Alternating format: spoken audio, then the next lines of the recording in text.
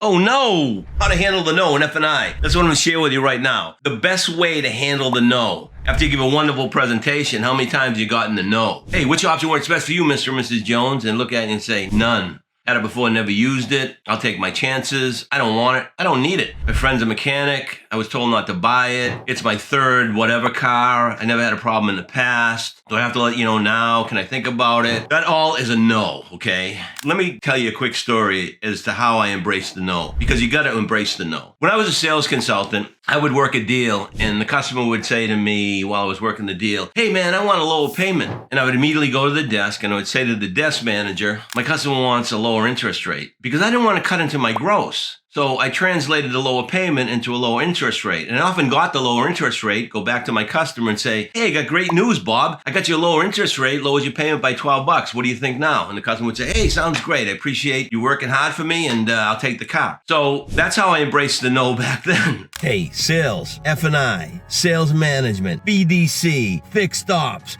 We got it all. It's called prodprep.com. Come join us for a free live webinar to see what all the excitement's about. The date, the time is right here in this video. You better be there. Can't wait to see you. Free, no obligation. Come check us out. My name's Gerry Gould, www.prodprep.com. Can't wait to see you there. Go get them. And then I became an F&I manager, and I would plant myself at the sales tower. And when that sales consultant came up and said my customer wants a lower rate, I'd simply get off the sales tower, walk over to the customer with the sales consultant, look at the customer and say, Mr. and Mrs. Jones, I understand you have some questions about the proposal. And they'd look at me and say, yeah, man, I want a lower payment. Can you do any better on the payment? And I'd look right at them and say, we can do a little bit better on the payment. That would take you putting more money down, or we could extend the term. What do you want to do? So that's how I handled the no then. And then as I progressed in the F&I office, I looked at the no not as no. No doesn't mean no. I mean, think about it. Say no. How easy is that? No. No thought goes into no. Say yes. Everybody smiles. So I look at the no a little bit differently. I embrace the no. And what the no means to me is it simply means not yet. And why do I say no means not yet? Because of the presentation that I deliver to the customer in F&I. I deliver a telling presentation that allows me to embrace the no and handle the no much better. Because at the end of a presentation, it all starts with which option works best for you. And if you're not asking the customer which option works best for you at the end of your presentation, what you're doing is you're giving too much explanation of the product up front. So what I've done over the years is I've narrowed the presentation down, and especially today, because people don't have the patience and they don't have the attention span that they used to because of the internet and everything. They can get answers to everything so quickly. So I updated my software, revised my presentation to simply talk about telling rather than selling. And I simply tell the customer what the products do, each one of them, from a service contract down to guaranteed asset protection. All they do is pay for this or pay for that. For example, a service contract pays for mechanical electrical breakdowns. Tire and wheel pays for damage to your tires and wheels. Key replacement pays to have the keys reprogrammed and replaced. The only thing that protects the vehicle is the fabric and paint. It protects it against the environment. And then there's guaranteed asset protection that pays the difference between insurance company settlement and what you owe. If you give a telling presentation, it allows you at the end to get to which option works best for you. And that's where handling the no begins. Seriously. Because when you think about it, there's 4 steps that I want to share with you in handling the no. The first step is we have to acknowledge the customer has a concern. And when I acknowledge, I simply mean, you simply look at the customer when they say, you know what, I had it before, never used it. You say, well,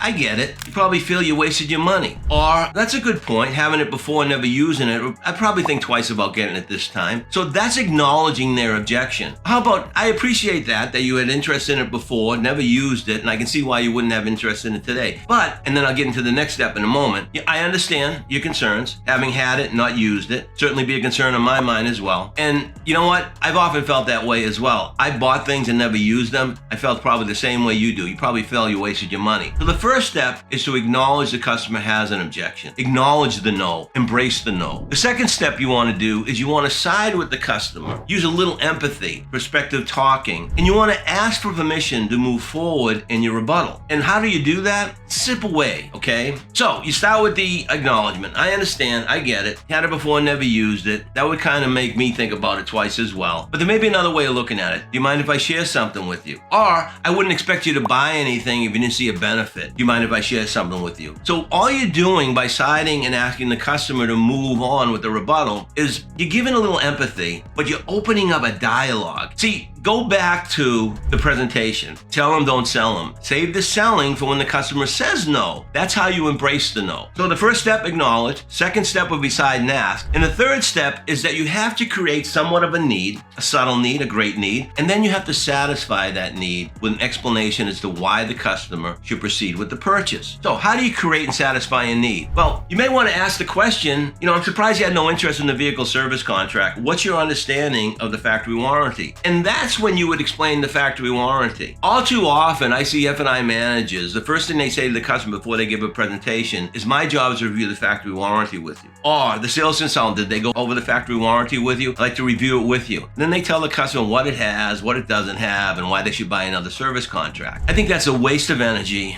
and a waste of time. Because the biggest rebuttal, the biggest no you're going to get at the end is probably something like this. I already have a factory warranty. Why should I pay for something I already have? Or can I wait till later? Or do I have to let you know now? You want to try to eliminate that or reduce the number of times that's said. So get right into your presentation. Before I put the final paperwork, I'd like to review the figures with you one more time. Show the customer that they can buy the car at the figures they agreed to. There's other options to enhance your ownership experience. Let me explain what's available to you. You can take one, take them all, or take none. Your choice. But the vehicle service contract will pay for this. The tire and wheel will pay for that. The key replacement will pay for this. The guaranteed asset protector will pay for that and pay your deductible. And then at the end, which option works best for you? They say no, had it before, never use it. I'll just take my chances. Oh, I appreciate that. I get it, okay? And then what's your understanding of the factory warranty? What's your understanding of the cost to replace those low profile tires and wheels? What's your understanding of your insurance company responsibility should you have a total loss? What's your understanding of the cost to replace those key fobs? Those are the things that you should be asking your customer to open up dialogue. Or maybe based on the information that you gather during your introduction, which you should do every single time, verify and gather information about the deal, verify the details of the deal, and then gather information about your customer, their driving habits and stuff. Sure, how many miles you drive, how long you plan on keeping the car, tie it into maintenance, how often you like to maintain the vehicle, what do you think of all the latest technology? You ask those questions early on. That allows you to get to, I'm surprised you had no interest in the tire and wheel program based on the road that you're driving on. I'm surprised you had no interest in the vehicle service contract based on the fact that you're keeping the car for 5 or 6 years and you drive 18,000 miles a year. What is it about the factory warranty that concerns you? What is it about the tire and wheel that concerns you? And they'll tell you. And that's how you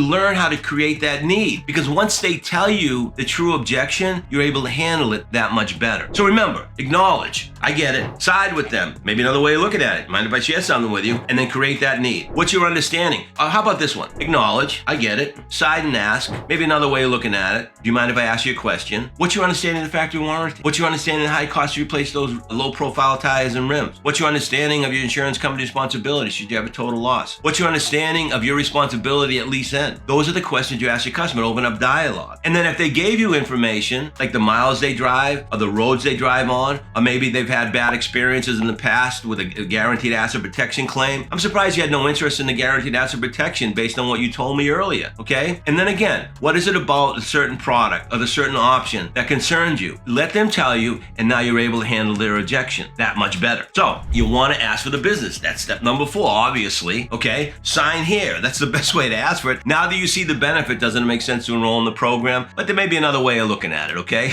Ask for the business. So I was recently at a seminar at the Agent Summit, F&I Summit in Las Vegas, and Rick McCormick from Rehard & Associates was on stage, gave a wonderful presentation, and he mentioned lock in the cost and transfer the risk, and it really resonated with me. I mean, think about it. You have an opportunity today, Mr. and Mrs. Jones, to lock in the cost. You'll never pay more than you'll pay for today. And you know what? I get it. You want to take your chances, obviously see someone at risk. Wouldn't you want to transfer that risk to someone else? The best way to stay comfortable and secure and keep money in the bank is to transfer the risk to someone else. These are the things that I learned at the summit, and I want to share them with you. Now that you see the benefit, now doesn't it make sense to enroll in the program? So remember, the 4 steps are, number 1, acknowledge, okay? So you want to make sure that you acknowledge the customer has a concern. I get it. I understand. I've often felt that same way. I've had other customers feel the same way you do. Then you want to side with them and ask permission to proceed. There may be another way of looking at it. Do you mind if I share something with you? Or do you mind if I show you something? Or do you mind if I ask you a question? Okay? And then you get into the create and satisfy the need. What's your understanding of the factory warranty? What's your understanding of the insurance company responsibility should you have total loss? What's your understanding of your responsibility at least send. Or maybe you're surprised. I'm confused. I'm surprised. I'm concerned based on the information you shared with me earlier. And then you get right into it and you give an explanation, which I'm going to share with you in just a few slides, and then you ask for the business. Now that you see the benefit, doesn't it make sense to enroll in the program? Watch the customer's body language, okay? And a great tip, I'm going to give you a tip, okay? If you're unable to do this in person because the vehicle's being delivered to the customer's house or office, get on a video call with them so you can see their semantics and you see their reactions to your questions, and they can see your enthusiasm and your confidence when you're sharing the information with them. That's a tip, okay? So if you don't ask for the business, you're going to do yourself an injustice. So remember, it all starts with which option works best for you, and embrace the no because it's coming. 30% of the time, they may take an option. The other 70%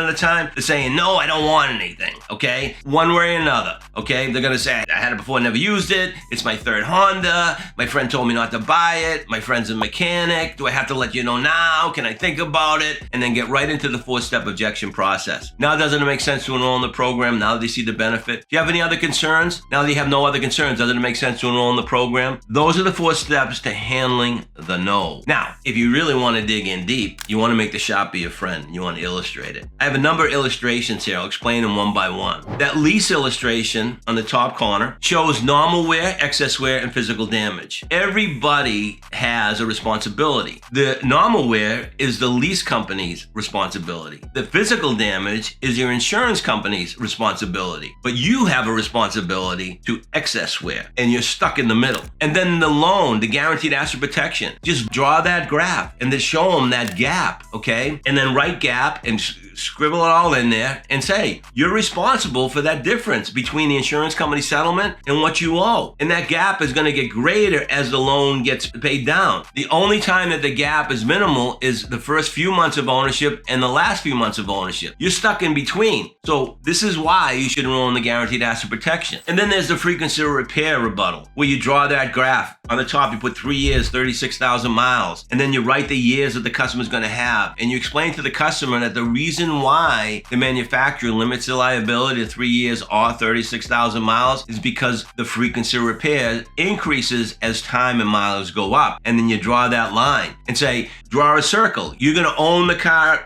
for 5 years. You can do 18,000 miles a year and then stop at 18,000 will be 2 years. Draw a circle. Say, do you want the coverage the first 2 years or the second 3 years or the whole time you own the car? And then what's your understanding of the factory warranty? And then draw that graph and explain to the customer the factory warranty has 3 warranties. They have the 12-12 adjustment period where the car's adjusting to you and you're adjusting to the vehicle. Then you have the 3-year 36, which is the basic warranty. Everybody refers to it as bumper to bumper. Make a little joke. Doesn't cover the bumpers, but it does cover everything in between except sheet metal glass. And then you have the 5-year 60,000 mile powertrain. And explain to them what's the likelihood of something that's being maintained, lubricated, surrounded by oil to break down. And they're going to say, pretty unlikely. You're right. It's those electronic components, those semiconductors, those modules that have a tendency of breaking down. So you do have questions in your factory warranty. Wouldn't you agree? And they look at you and say, yeah, I agree. Wouldn't you want to fill those holes like Aflac? Ha ha ha. And then the 99.9% reliable. So, Mr. and Mrs. Jones, let's assume for a moment that this vehicle is 99.9% reliable, because wouldn't you agree nothing in this world is 100%? And they go, yeah, that'd be really good if it were 99.9% reliable. Let's take a look at what 99.9% reliable looks. You have 5,000 working components in that vehicle. Many of them are computer technology, chips, they're semiconductors, sensors, so on and so forth. And if your vehicle were 99.9% reliable, let's take 99.9% divided by,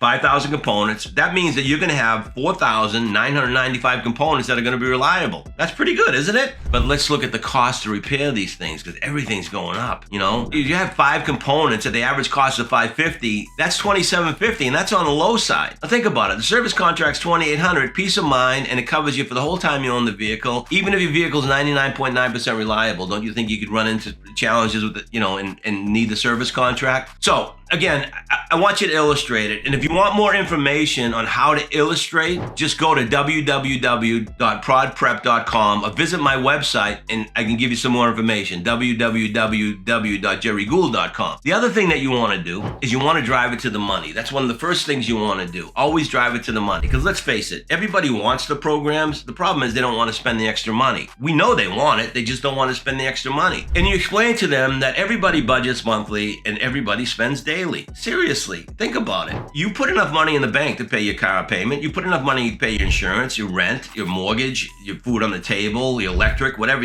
bills you have. That's your budget. It's in the bank. No one writes the budgets down anymore. Maybe a few people do. But you still go out and spend daily. That's called disposable income. You might carry around an ATM card and not carry around cash, but that's still disposable income. Maybe it's for a pack of gum, a Starbucks, whatever. You're still spending money. I, on average, spend between $5 and $10 a day, sometimes $15 a day. And when you explain that to the customer, you take their base payment, monthly payment, and in this scenario I'm sharing with you, it's $403. That equals $13.43 a day. That means that this customer that's sitting in front of you is spending $13.43 a day. Hand them a calculator, let them calculate it on their own, make sure they write down the $13.43. It's staring them in the face, and then say, for the programs that you're interested in, I get it. It's $80 more. We're going back to the 4-step objection process. I get it. It's $80 more a month. That may seem like a lot on the surface, but there may be another way of looking at it. Really? Yeah, let's do this. And then you go into the calculator close. You show them it's $13.43 you're already spending, and you spend between $5 and $10 a day. And you look at them and say, is a few bucks a day going to change your lifestyle in way, shape, and manner? And they say, no, of course not. And then you say, well, it's only $2.66 a day for that $80 worth of coverage. Now, doesn't it make sense to enroll in the program? So illustrate it, drive it to the money, and then you can start using evidence manual. Here's a digital evidence manual. A buddy of mine, a client of mine, Jared O'Neill, started this. He saw the picture frame, and then he said, let's put some PDF forms that we can get off the internet into the picture frame, have the evidence manual on the desk, because it's really difficult for F&I managers to make an evidence manual. So what we did is we took these digital electronic picture frames, and we put PDF files in there, and they're constantly moving as the customer's sitting there and you're giving your presentation. And then when the customer says no, simply take the picture frame, stick it in front of them, and say, these are the reasons why you should reconsider your decision not to enroll in these programs. Back it up with facts, evidence manual. That's how you get past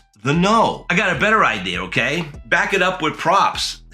Back it up with the facts. Common items. You can use a pen, okay? I've often used a pen to close on a service contract, because people say, especially with Hyundai or Kia, oh, I have 10 years, 100,000 miles. Yeah, but the only thing that's covered on that Kia or Hyundai is what's inside this pen, surrounded by oil. Everything outside of this pen is not covered for the longest period of time. You have 5 years of 60,000 mile warranty, and you mentioned me earlier that you're going to go through that in 2.5 years based on the mileage you drive. What are you going to be left with at the end of 2.5 years? You're going to be left with the powertrain coverage. The only thing that's covered in this whole room is what's inside that pen. Or you can use a stapler. The stapler's been mastered. All you got to do is replace the staplers if it stops working. It's the same with the combustion engine. What's the likelihood of a combustion engine to break down versus a cell phone, okay, or electronics? Use the customer's smartwatch. They're using this, maybe they have Apple Pay, or maybe they have warranty on their phone. Hey, you got 3 levels of coverage on that cell phone. You got a case protector, you got a screen protector, and you probably have insurance, right? And here we are talking about protecting this $60,000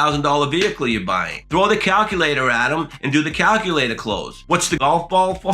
The golf ball is to show the aluminum surface of vehicles today. Your surface of your vehicle is porous, okay? And once the paint protection is applied to the exterior of the vehicle, it smooths out the surface and everything basically rolls off. Because acid rain, we talk about Pittsburgh, the industrial fallout travels all over the country, especially in Florida. And in the morning, there's all this dew on your vehicle, and the minute the sun comes out, it burns into the paint. Once you apply the paint protection, it stops that from happening. What's the magnet for? The magnet simply go out to the tire machine once or twice a week and collect all the debris that comes out of tires and place it on the magnet and place it on your desk and explain to the customer, you know, I go hunting for debris out of tires and this is what I got last week. These just came out of tires. These ruin people's days, man. You lock in the cost. You'll never pay more for a tire than you will today. You transfer the risk by enrolling in these programs. That's what you do, man.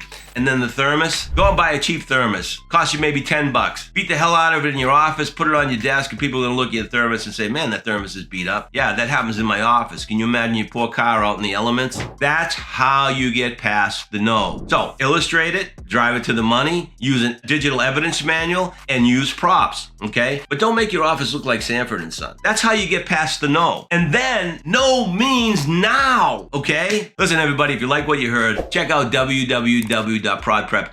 That's our website. Or go directly to my website, www.gerrygould.com. Until next time, go get 'em.